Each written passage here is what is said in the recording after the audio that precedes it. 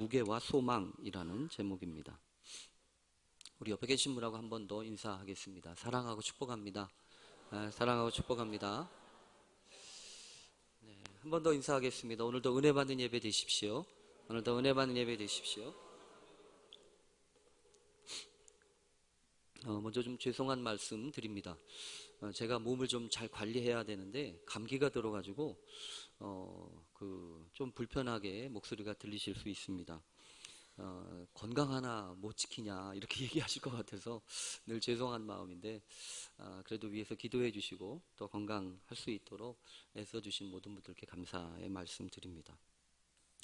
오늘은 감리교회에서 정한 평신도 주일입니다. 이 평신도 주일을 감리교회에서 제정한 이유가 분명히 있습니다. 왜냐하면 이 평신도와 관련된 여러 가지 오해가 있고 또 그런 오해를 바로잡아야 사실은 평신도로서 주어진 사명과 또 역할을 분명히 할 수 있기 때문입니다. 이 평신도들에 대한 오해는 사실 오래된 역사가 있습니다.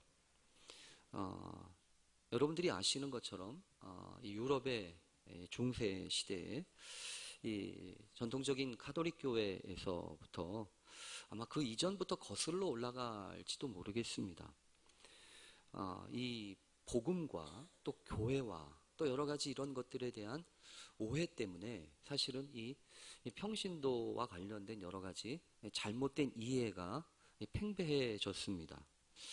실제로 이 중세시대 유럽의 카톨릭 교회는 성직자와 평신도의 구분이 엄격하게 이루어져서 성직자들은 마치 구약의 제사장들처럼 그래서 하나님과 교통하는 거룩한 사람처럼 생각을 하고 또 이 평신도들은 하나님을 직접적으로 상대할 수 없는 그런 세속적인 사람으로 취급을 했습니다.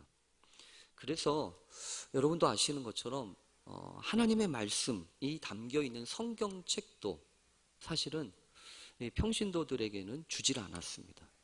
성직자들만 이 성경책을 가지고 말씀을 나누고 말씀을 연구하고 말씀을 전했다고 하는 겁니다.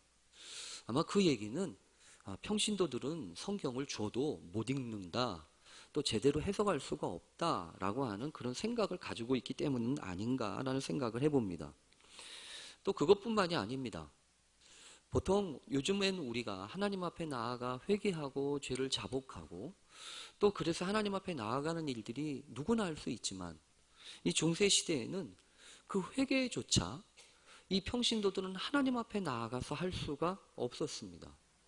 하나님 앞에 직접 갈 수가 없었고 중간에 사제들과 신부들을 통해서 그 중간에 사제들과 신부들한테 고해 성사를 하고 그러면 그거를 받아가지고 이 신부나 사제들이 하나님 앞에 나아가서 아뢰 기도하고 중보하면서 이 죄를 사할 수 있을 만큼 실제로 이렇게 이 평신도들이 하나님 앞에 나아가는 일에 있어서 또 하나님의 일을 감당할 수도 없을 뿐만 아니라 하나님 앞에 나아갈 수도 없다라고 하는 생각을 했었다고 하는 겁니다.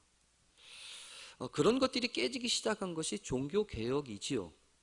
16세기부터 이 종교개혁을 일으켰던 루터가 교회에 대해서 새롭게 발견하고 또 복음을 새롭게 발견하기 시작하면서 그때로부터 비로소 이 평신도라고 하는 부분들에 대한 영역도 사실은 이렇게 새롭게 발견하고 또 이야기가 된 부분이 분명히 있습니다.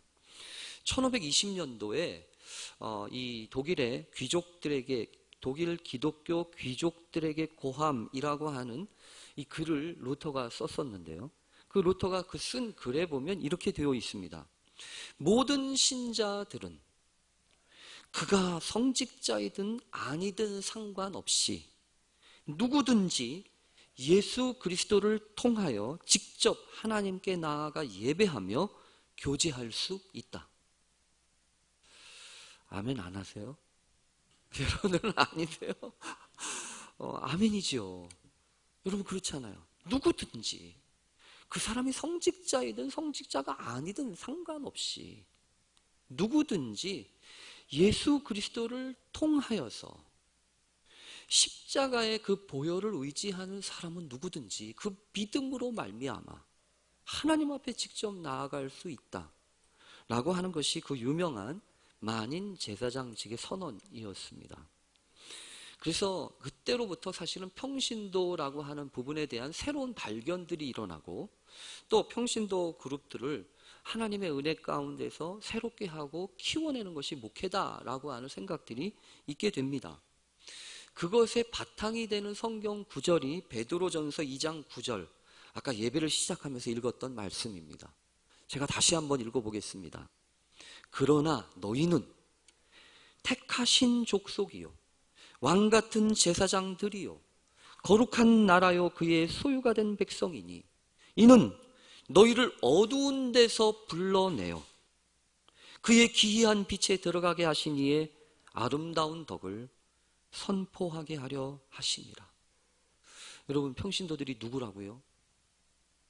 택하신 족속이라고요. 평신도들이 누구라고요? 왕같은 제사장들이라고요. 거룩한 나라고 하나님의 소유가 된 백성이라고요. 그래서 하나님의 소유가 된 백성이라고 얘기할 때 그 백성을 일컫는 단어, 헬라어 라이코스라고 하는 단어가 있는데요. 이것이 평신도의 그 원어가 되는 단어입니다. 근데 이 라이코스라고 하는 헬라어는 하나님의 백성이라고 하는 뜻을 나타내는 라오스에서 온 것입니다. 그러니까 이 라오스라고 하는 것은 그러니까 이 백성이라고 하는 것은 성직자하고 대비되는 개념이 아니라는 겁니다. 이 하나님의 백성에는 성직자도 있고 여러 사람들이 다 있는 겁니다. 그래서 요즘에 사전을 찾아보면 평신도라고 하는 사람을 어떻게 설명하냐면 이렇게 설명합니다.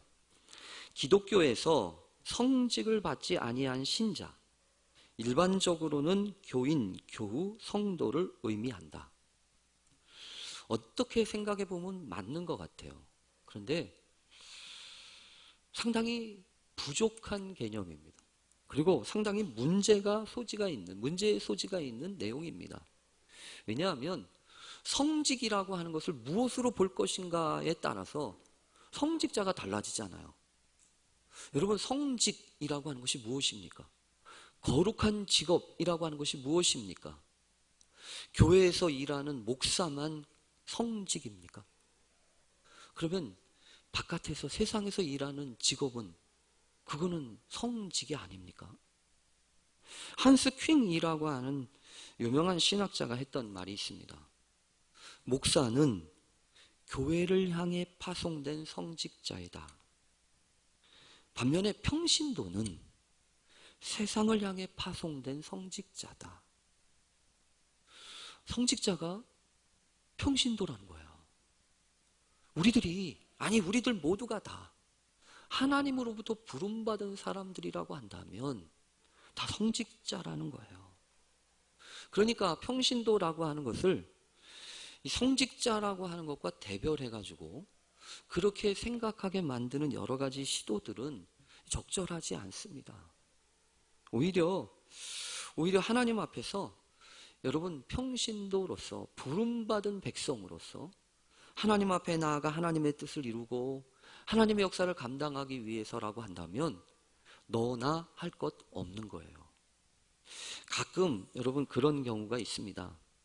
이 평신도 주의를 맞이해서 이제 어느 교회들은 이제 사회, 기도, 설교, 예배 프로그램에 이게 필요한 이 이제 순서를 맡으신 분들이 있잖아요.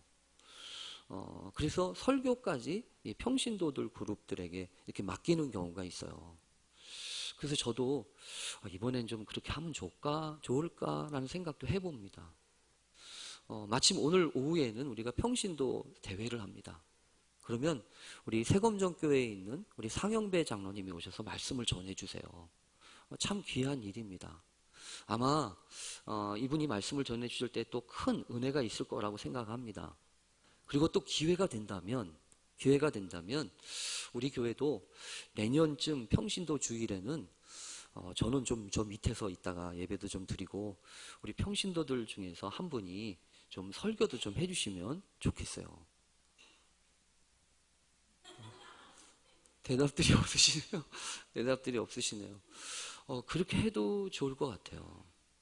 여러분, 그렇게 해보면, 이번에 이제 종로지방에 어느 교회에서 그렇게 하시더라고요. 근데 그분이, 목사님이 그랬어요. 목사님, 어떻게 그렇게 하셨어요? 그러니까, 그렇게 해봐야 장로님이든 누구든 설교가 어렵지라고 하는 걸 안다고. 여러분, 꼭 그렇게만 하겠습니까? 그런데 사실은요, 누구든 상관이 있어요. 하나님의 말씀 앞에 서서 그 말씀 가지고 나누기로 시작하고 한다는 것은 누구든지 그 사람 때문이 아니라 하나님 말씀 때문에 권위가 있는 거고 그 말씀 앞에 고개를 숙이는 거 아니겠냐고요. 바라기는 제가 이 교회에 오면서 몇 가지 생각하고 기도했던 것 중에 평신도 목회, 평신도 교회라고 하는 꿈이 있었어요. 그래서 오늘 말씀을 준비하면서 제가 이 교회 오기 전에 이 교회에 제출했던 비전 계획서를 이렇게 보는데 얼굴이 뜨뜻하더라고요. 제가 그때 뭐라고 썼었냐면 목회란 성도로 하여금 봉사의 일을 감당하도록 온전히 구비시켜서 그리스도의 몸을 세우는 것이라고 나는 믿는다. 평신도 목회 이렇게 썼더라고요.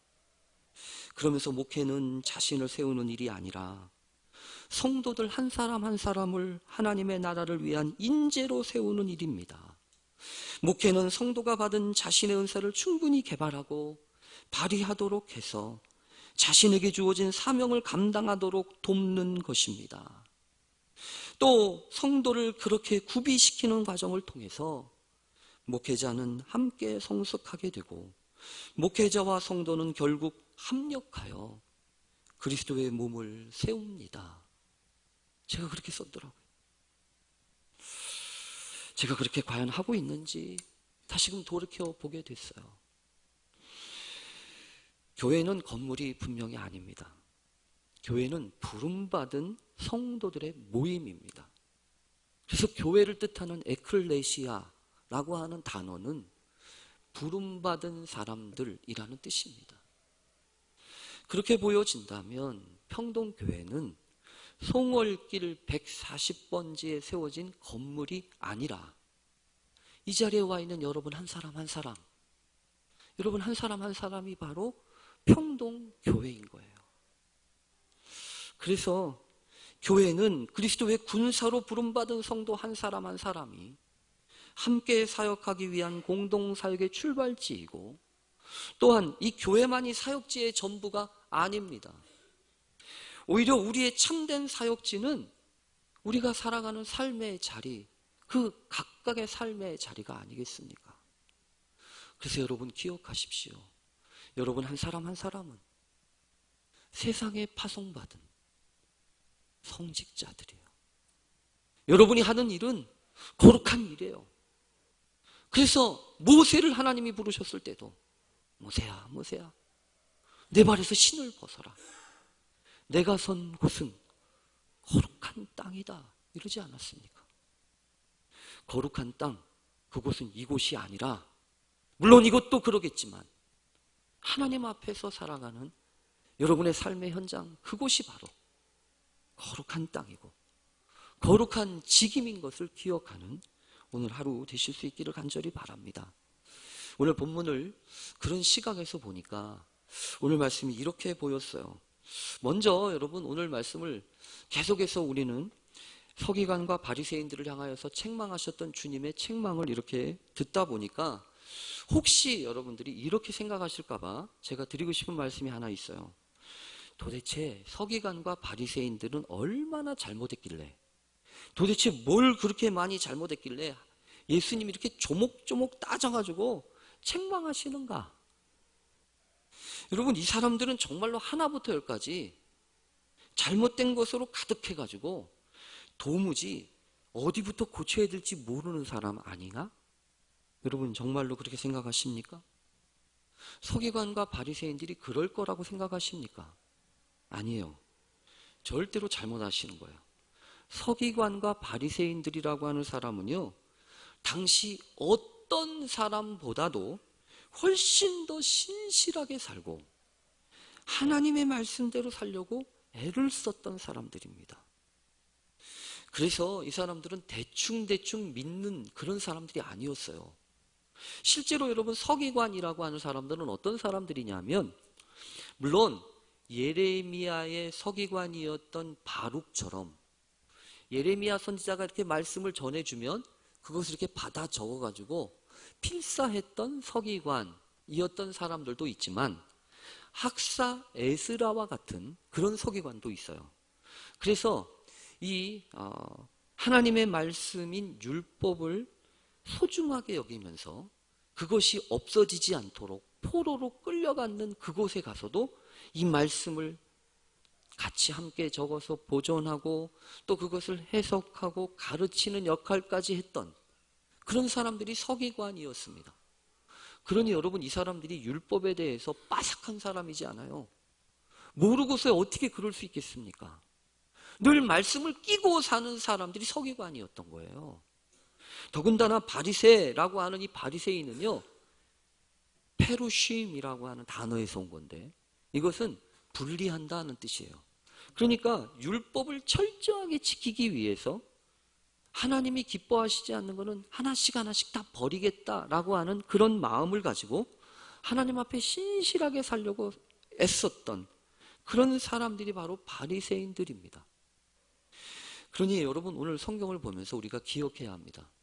지금 서기관과 바리새인을 향하여서 주님이 이렇게 책망하시는 것은 그 사람들이 뭐 대단하게 잘못해가지고 그런 게 아니라는 거예요. 여러분, 왜 그러실까요? 주님이 왜 그러면 이 사람들한테 이렇게 말씀하셨을까요? 왜 이렇게 책망하셨을까요? 저는 그런 것 같아요. 이 사람들은 책망하면 알아들을 것 같거든요. 책망해도 알아들을 것 같지 않으면 말 안 합니다. 포기하죠. 근데 웬만하면 알아들 것 같거든요. 깨달을 수 있을 것 같거든요. 그러니까 안타까운 마음으로 탄식하듯이 와 있을진저 이러면서 너희들이 왜 그러냐라고 외치는 거예요.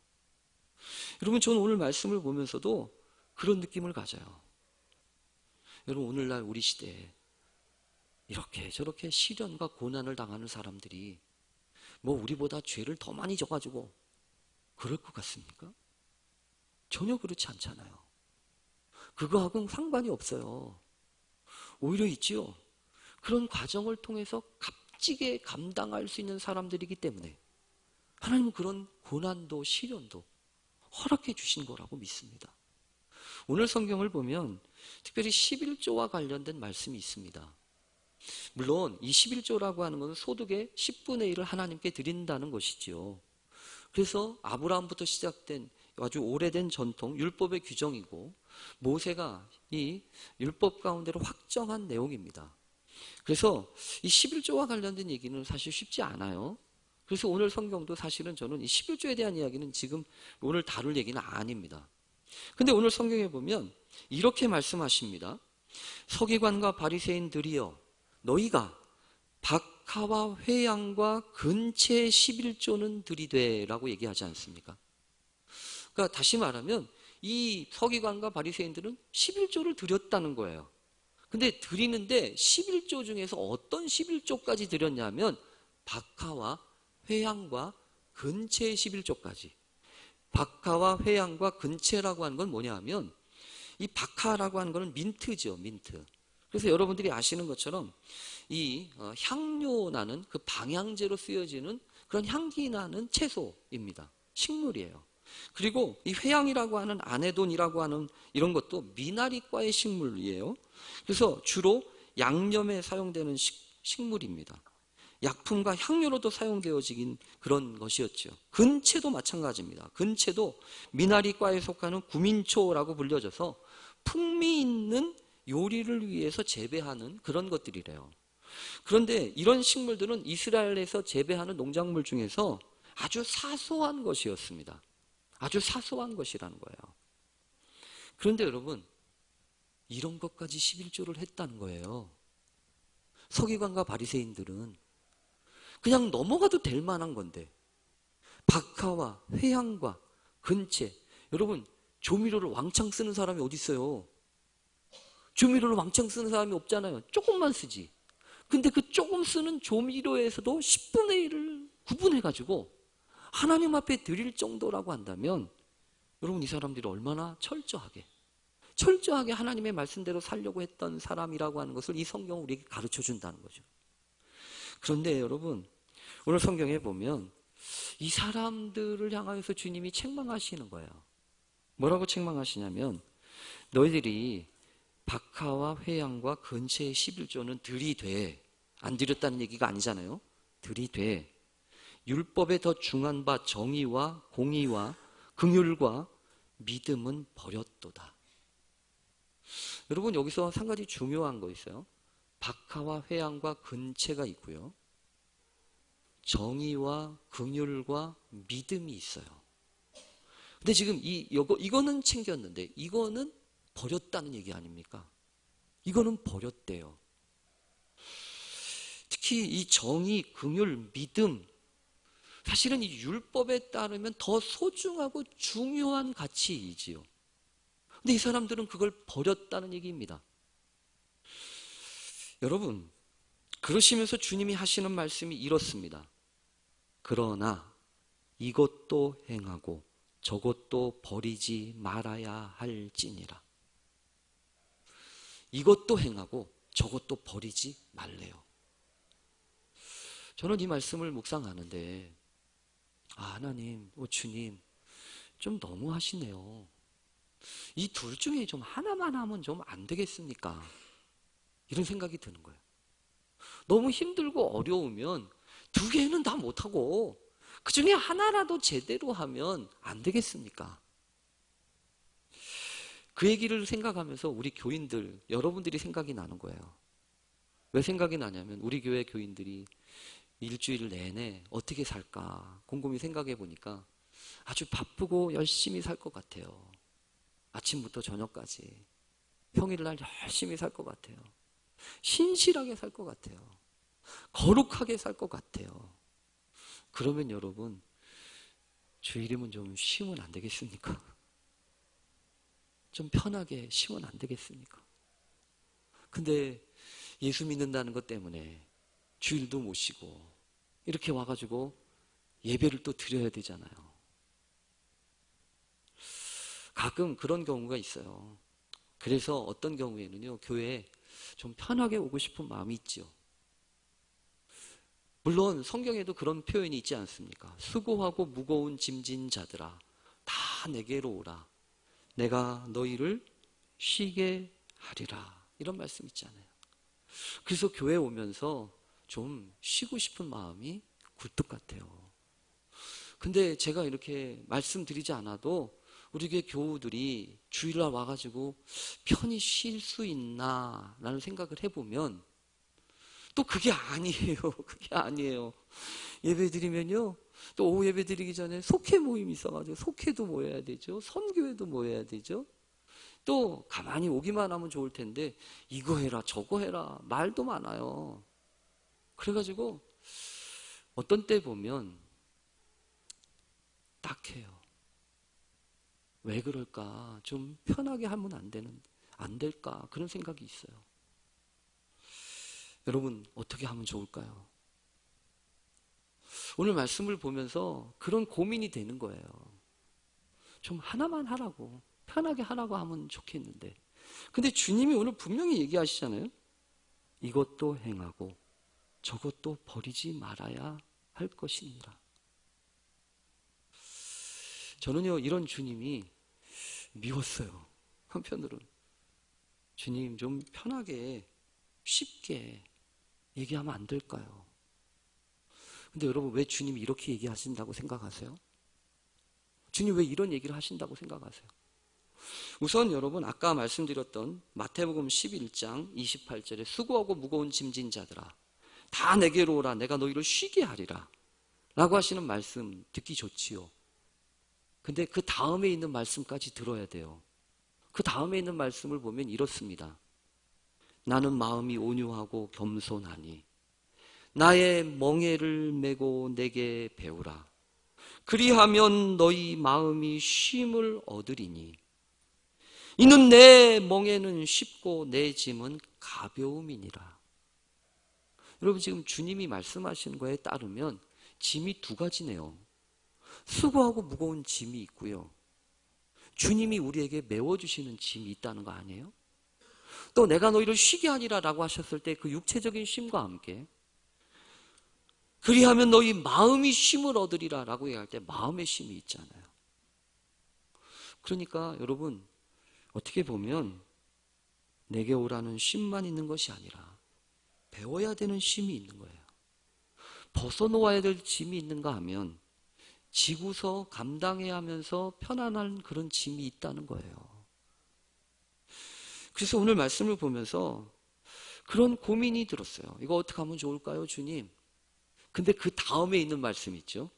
그 다음에 있는 말씀 때문에 제가 아멘 하게 됐어요.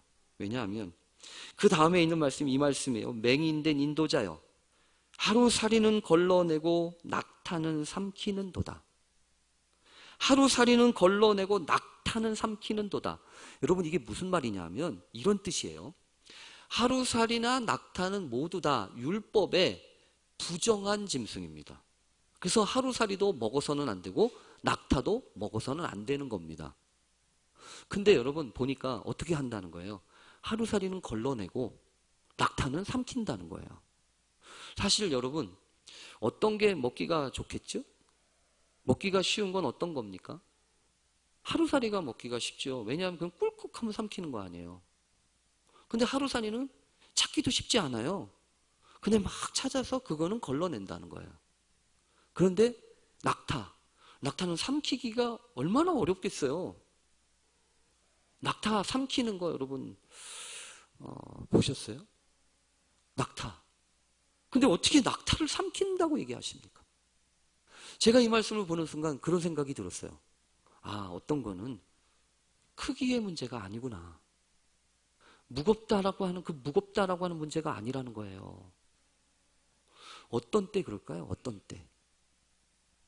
어떤 때 그런가 생각을 해보면 여러분 그렇습니다. 하나도 무겁지 않게 느껴질 때가 있어요. 무거운 짐도 하나도 무겁지 않게 느껴질 때. 사랑하면요. 존중받고 사랑하면 무겁지 않아요. 분명히 그래요. 여러분 그렇지 않아요? 사랑하니까 우리 그냥 교제만 하지 뭐. 그럴 수 있죠. 사랑하면 그냥 우린 데이트만 해. 이럴 수 있잖아요. 근데 여러분 사랑하면 어디까지 해야 되는 거죠? 결혼까지 해야 되는 거 아니에요. 물론 사랑한다고 모두 다 결혼하는 건 아니에요. 그러나 사랑의 완성, 사랑의 온유한 성취를 위해서라고 한다면 데이트만 가지고는 부족한 거예요.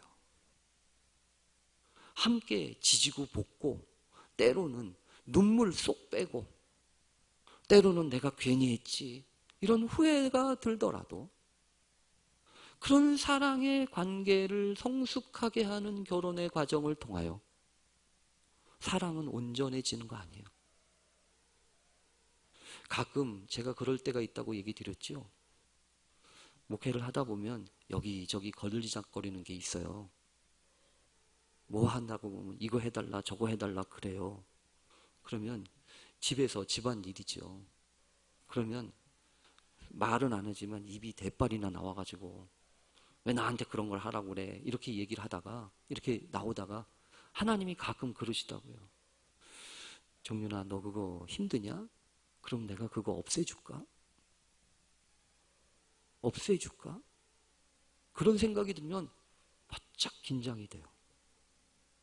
여러분 힘들다고 자식 버릴 수 있나요? 어렵다고 부모님 내팽개칠 수 있어요? 그거 아니잖아요. 때로는 힘들고 어려워도 그것 때문에 내가 힘들고 어려워도 그거와 함께 부딪히면서 분명히 그것을 통해서 삶을 배우고 성숙해지잖아요. 그러니까 여러분 오늘 말씀을 보면서 그런 생각을 하게 됐어요. 2개 하면 어렵고 하나 하면 쉽다? 이건 인간적인 생각이에요. 이건 인간적인 생각이라고요. 내가 할 수 있는 것만 하겠다는 거예요. 그러나 믿음은 그런 게 아니에요. 믿음은 내가 하고 싶은 것만 하겠다는 게 아니라 아니, 사랑하고 결혼하면 그거 아니에요? 내가 하고 싶은 것만 하는 게 아니라 때로는 내가 하고 싶지 않아도 사랑하니까 그것을 기꺼이 감당하고 기꺼이 주어도 아깝지 않게 되는 거란 말이에요.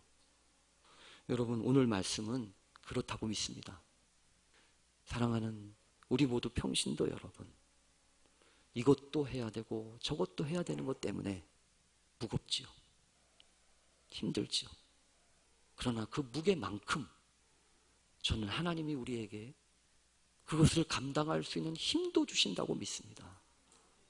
힘들고 어려운 만큼, 답답하고 괴로운 만큼 그것 때문에 팽개치고 돌아가지 않는다면 분명히 그것을 통해서도 하나님 우리를 감당케 하시고 훈련시키셔서 마침내 하나님은 어려울 때나 편할 때 말고 어려울 때나 시련 때 또 괴로울 때에도 하나님의 거룩한 사람으로 살아갈 수 있도록 우리를 온전케 하실 거라고 믿습니다.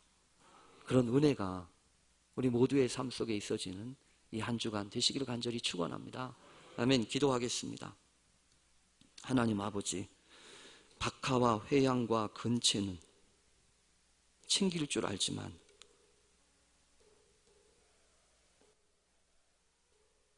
정의와 긍휼과 믿음은 도저히 할 수가 없어.